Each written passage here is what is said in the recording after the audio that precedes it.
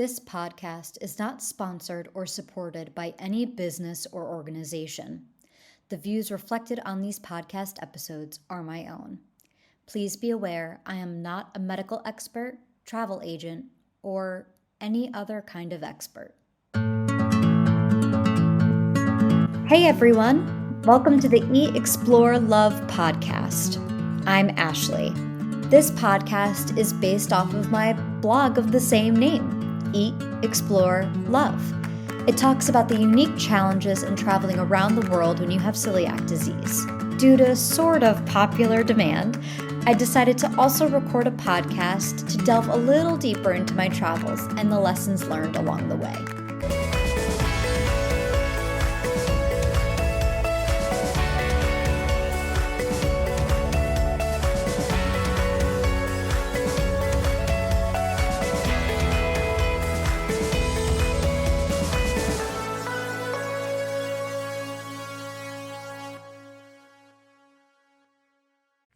Hey everyone! This week we're chatting with entrepreneur and beach lover Bea Davis.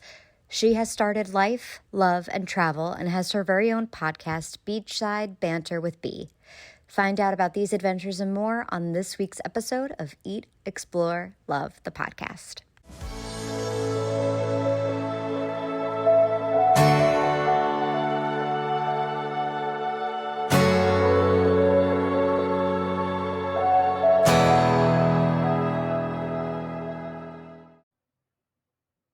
Hi, Bea. Welcome to the podcast. I'm so excited to have you.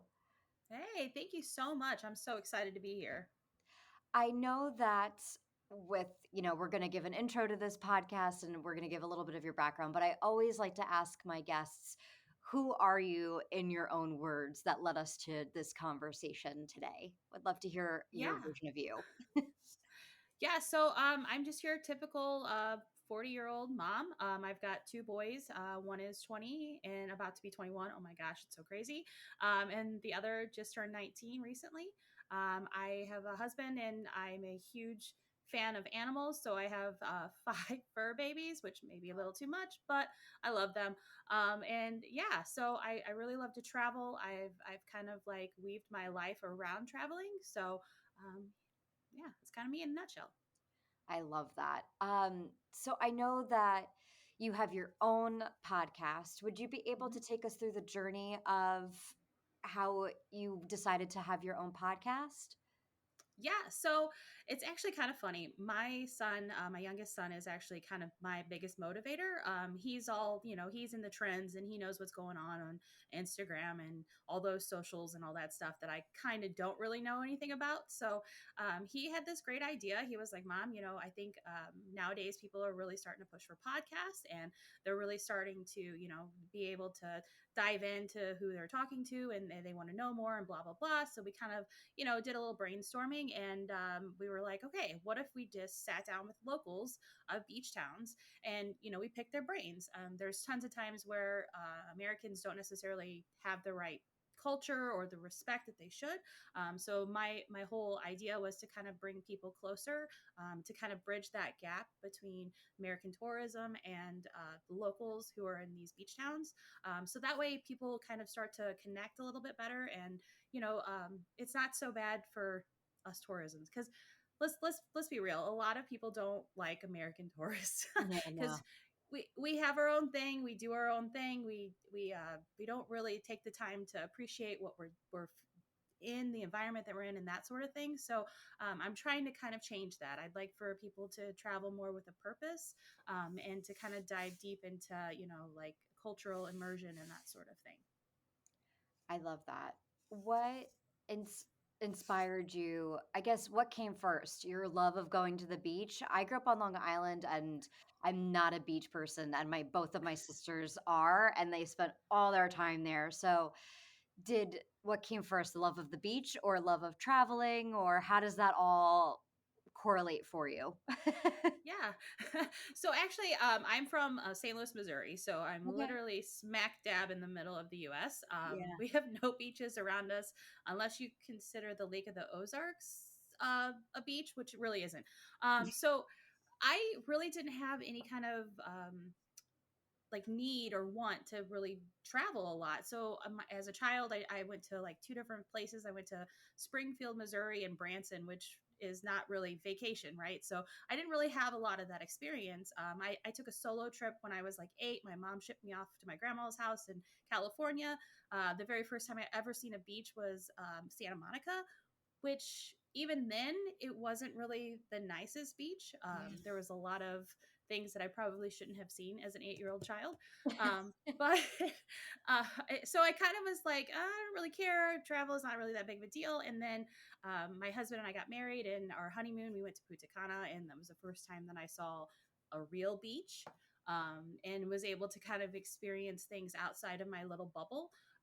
I know that I look like I should speak Spanish, but I don't. So being in that kind of like threw me in, and it was really exciting to have, to be able to kind of learn new things and see what it's like to live in other places and that sort of thing. So from there on, I was kind of hooked. And I told my husband, I'm like, I'm going to do everything that I can so I could travel as much as I can. He's like, most people take one vacation a year. And I'm like, no, no, no, that's not enough. We got to figure this out. So we've just kind of been, making travel a priority for us. We, instead of going out on Friday nights, we throw our money into the bank so that we could spend that money on a nice dinner on vacation. So yeah, it was kind of just a spark that just kept getting ignited, and now it's a flame. Yeah, I feel like once you get the travel bug, it never goes away. Absolutely. I think the only thing else that is addicting as travel is tattoos. I'm still waiting to get my first tattoo. My grandmother, I live with my grandparents, and my grandmother has very strict opinions on Oh, tattoos, so I have yep, to I wait get it. until Totally we understand. get one. Can't see. Yeah. I also am not. Yeah, that's a whole other podcast. Right? So I know that you have Beachside Banter with B and then Life, Mhm, Love, and Travel. Can you walk mhm. the listeners through each of those things that you've got all the pots boiling? It seems that you've got your hand in a bunch of pots, I guess, so to speak. Can you walk us through those organizations that you're working on? Yeah. So Life, Love, and Travel was actually born again because of my son. He had seen a couple of the pictures and stuff that I had posted on my personal Facebook page. And he was like, Mom, I really want to show people your pictures. I'm like, Mom, I don't really want you on my personal Facebook. So I was like, we got to figure something else out. So he's like, why don't you start a page and we'll see where it goes? I'm like, okay, cool. So I started posting my pictures. He, of course, started sharing to his friends. And then the next thing I knew, we just kind of blew up. It started as kind of like a just inspirational quotes. And then it kind of led into more of like who I am, me as a person, that sort of thing. And then it turned into a boutique.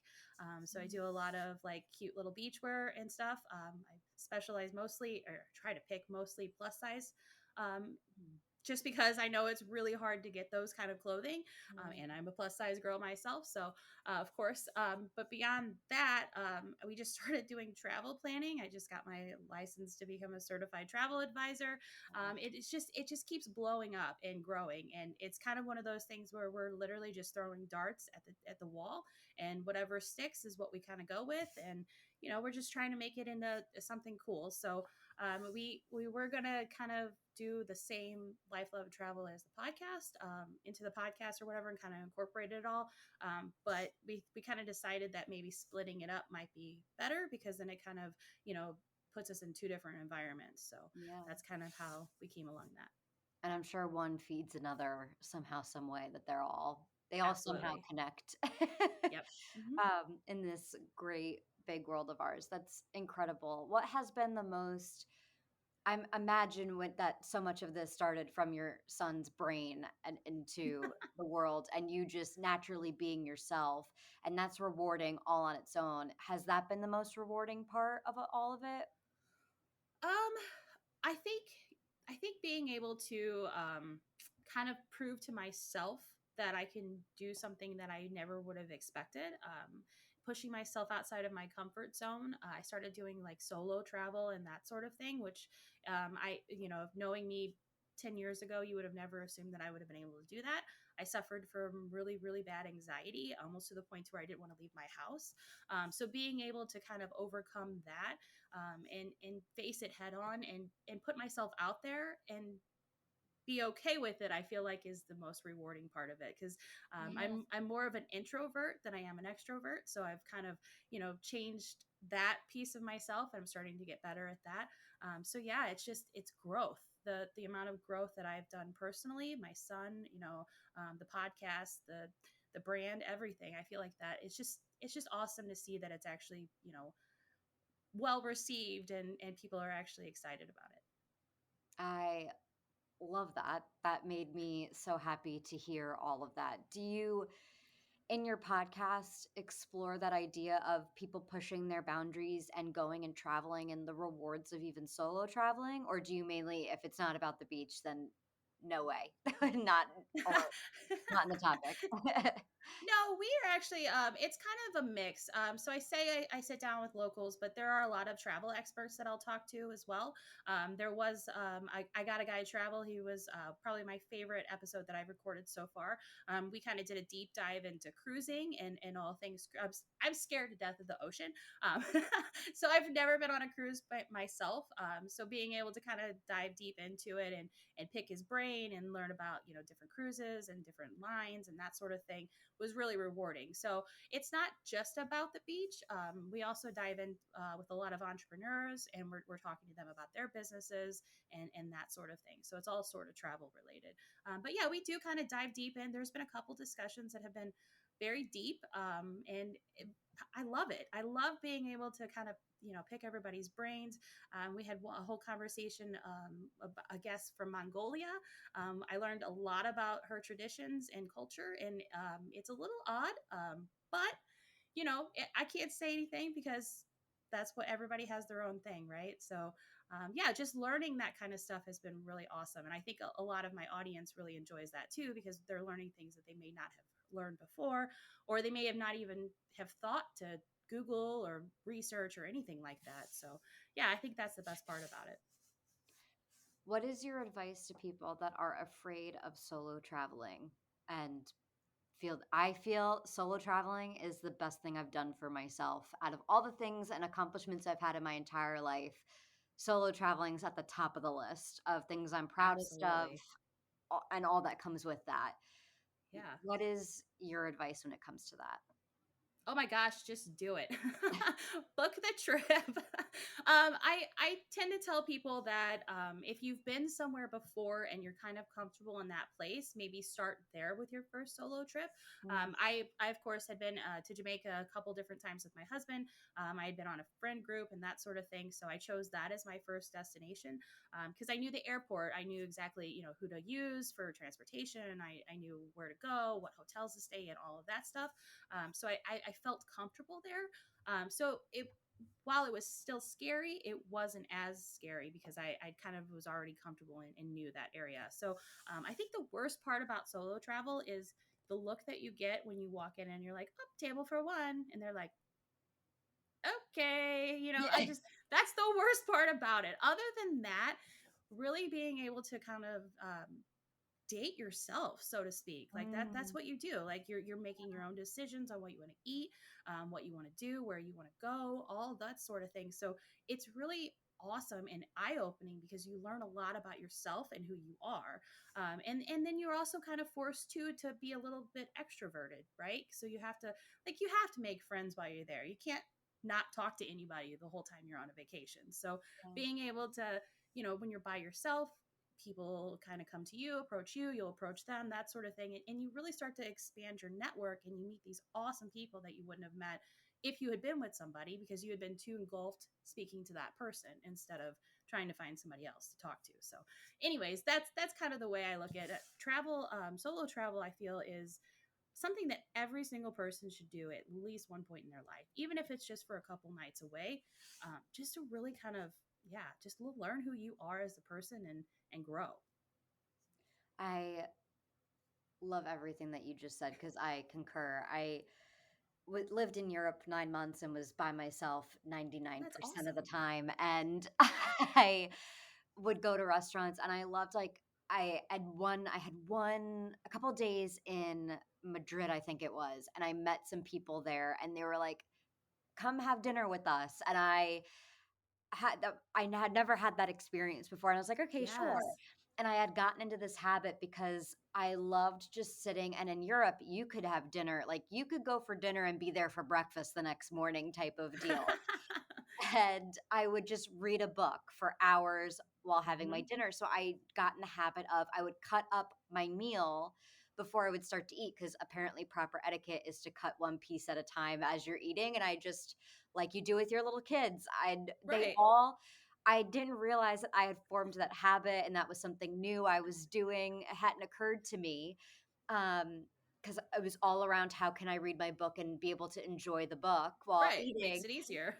And they all were like, "Are you 5 years old? Why are you cutting up your meal like that?" And I had formed all these habits that I was like, "You know what? It actually is, I don't care about etiquette anymore. It's way more convenient to cut everything up right from the beginning and then just enjoy and not have to think Right. about it after you've done it in the beginning." So, but yes, so that is just one of many examples of what you were just speaking to, that it reminded Yeah. me of that time that I had. And just, you're so right. That's I fun. love those experiences. But see, that's the memory that you'll take forever. Like that'll never leave your Exactly. mind and you'll always have that. And that's fun. That's what it's all Exactly. about. Exactly. I read, because of all the dinners that I read the entire series of A Court of Thorns and Roses in like less than a Oh. week. It must be good that I need to pick that up. Oh, we will talk. It's a great, Okay. it's like a drug, those books. There, you can't put them down once you Yes. start. So for your next travel, you should try those out. Yes. What is your tip for people that are going? You said that it took you a while to travel and leave the United States. What are your tips for people? Because I have some relatives in my family that are like, I have no desire to travel outside of the United States. I have no, and I'm like, you have to do it. What are your tips for those folks that are hesitant and probably should, and it would be their first time going if they did? Yeah, man, so I know a lot of times people are afraid to leave the country because they're afraid of their safety, right? Mm, They're afraid that if they go out and they subject themselves to another country, then they're going to become, victims of some sort of something or another. But me personally, I almost feel safer in other countries than I do here in the United States. And the reason I say that is because those countries don't want a bad rap. Like they don't want bad PR, nothing like that. They don't want something bad to happen to an American, because then it's going to be all over the news. It's going to, their tourism is not going to be as good as it was. Like there was a whole period in time where things were going on in Punta Cana and people were scared to death to go there. So they don't want that. They want you to come and have a good time, because the better time you have, the more you're going to tell your friends, the more tourism that's going to come to their country, the more money they're going to make, right? So I think that, I mean, not saying that anything bad can't happen, because obviously it can, no matter where you go. But I feel like a lot of times people are just afraid to do that. And I feel like maybe step back, think about the things that have happened here in the US and the things that could happen here, and just realize that it could happen anywhere, right? So why are you living your life in this tiny little bubble when we have this whole entire world that is full of amazing things to experience, and all of that, when yeah, you can just step outside that a little bit, push yourself. If you hate it, you don't ever have to do it again. It's kind of the way I look at it. yeah, that's been my biggest thing too. That's usually my big thing with food. My I have celiac, so I'm very limited in the things that I can try. But whenever I'm Oh, able to try something new, I jump on the chance just to have right. something different. Absolutely. And I grew up in a family where we did not eat fish. That was not a thing. And in Europe, the fish is just so fresh and Oh, good I and bet. amazing. And I remember forcing my dad to try it. And I was like, worst thing that happens, you just spit it out. Try it. Never gonna hurt you. And I think it's Right. the same with everything in life. Um, so I just gave an example of teaching my father how to grow as a human being. How do you use these experiences? Does that help in being a parent? Well, it's kind of hard for me to say that because my kids are older, right? And I didn't really start to kind of travel until they got older. Mhm. But I will say that my experiences that I've had and, being able to come home and talk to my son about it. I have one son that doesn't really care. He's in the army. So he's like, I'm going to have to travel the world anyways. When they force me to go, I'll go, that kind of thing. Yeah, well, thank you for his Yeah. service, and thank you Oh, all your family for your absolutely. service with his He's an service. amazing kid for sure. Yeah. Wow, totally. He grew up in a matter of 4 months, and I was just like totally in awe when I saw him the last. But anyway, so I feel like, gosh, I think I lost my train of thought. Um, You, yeah, your one son that you come home and tell him about your travels. I Yeah. I get so excited when we bring up the military, and then my brain is just like, oh, let's start talking about that, and then I totally just lose track of everything Yeah. else. So, uh, I think being able to bring those experiences back to my youngest son has really kind of I don't know, it's jump started his love for travel. He actually just got back from Amsterdam, which is someplace I haven't been yet, which I was so excited for him to be able to experience. He went with a group of friends there, and he just had the best time. So I feel like being able to really kind of push that onto him, so to speak, has been Mhm. very, very helpful for me and for him. And I think eventually we're going to end up being like this mother son tag team, something or another. We'll see how it goes. At least that's what he wants, anyways. I love that. Yeah. I have to force and pay for my parents to travel with me. Oh no, not him. So If I'm paying, he's going. That's for yeah. sure. Yeah, that's so incredibly wonderful. And by the way, Yeah. you do not look old enough to have pretty much adult I children. appreciate that. You're saying Yeah. your ages, and I'm looking at you. I'm like, the math's not mathing, but It you. maths. I promise. Yeah, I'm actually gonna be 41 tomorrow, so believe it or not. Oh, happy birthday! That's Thank you. amazing. Yeah, I get afraid and then excited for birthdays. It's like time moves so absolutely. fast. Yeah. Yeah. Well, and the fact that you're willing to grow and push yourself, because there's so many people that are like, you know what, I'm at this age, I'm not changing anymore. I don't need to do that. And you're still willing to grow and evolve and Oh yeah. experience new things. That's so incredible. How is that even? How have you evolved? How do you think? Well, you talked about being an introvert and it, Mhm. overcoming your anxiety.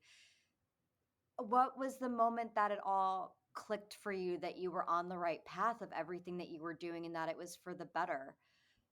Um, Man, that's a good question. So, I mean, I'll be 100% honest with you. I was kind of very, very in a really dark place right after I got married. It was nothing to do with him. It was just, craziness had hit and that sort of thing.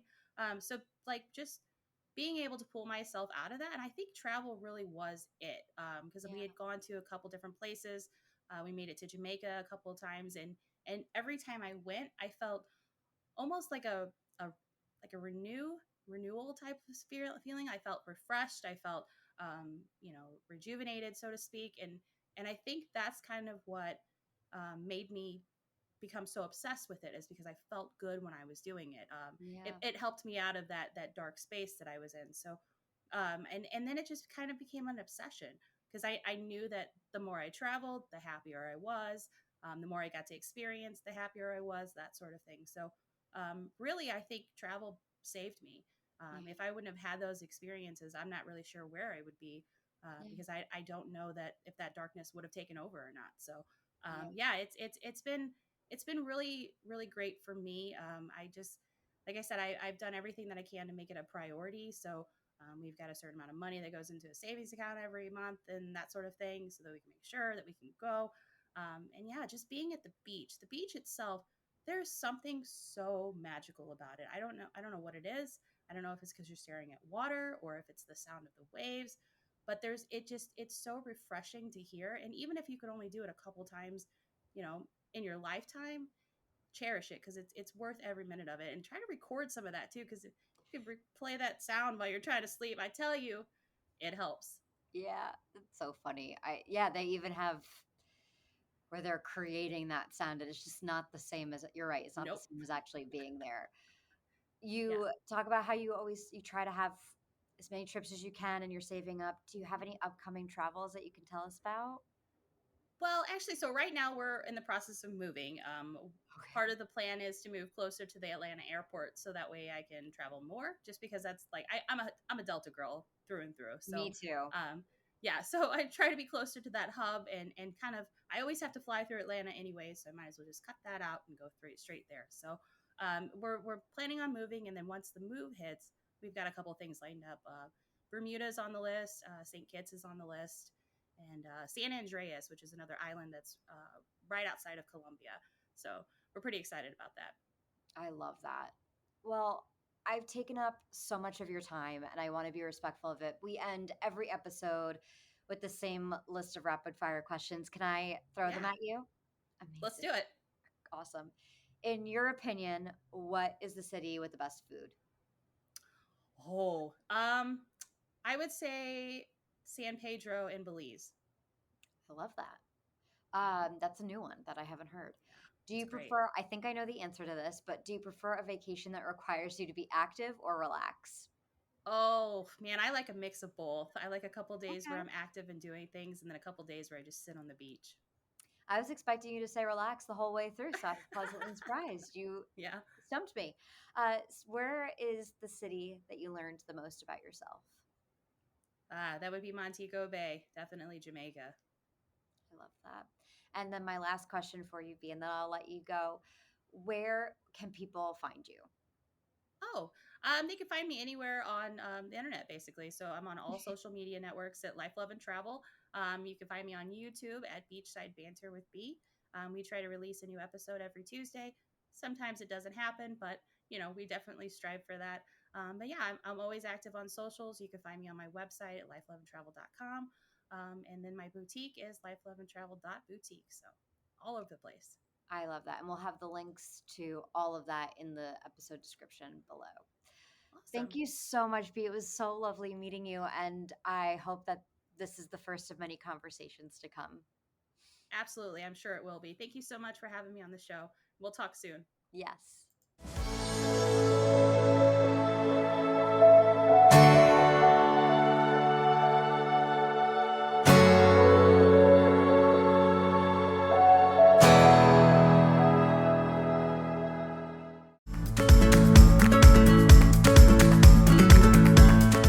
Thank you for joining me this week for all the fun journeys and lessons learned on my big adventure called life.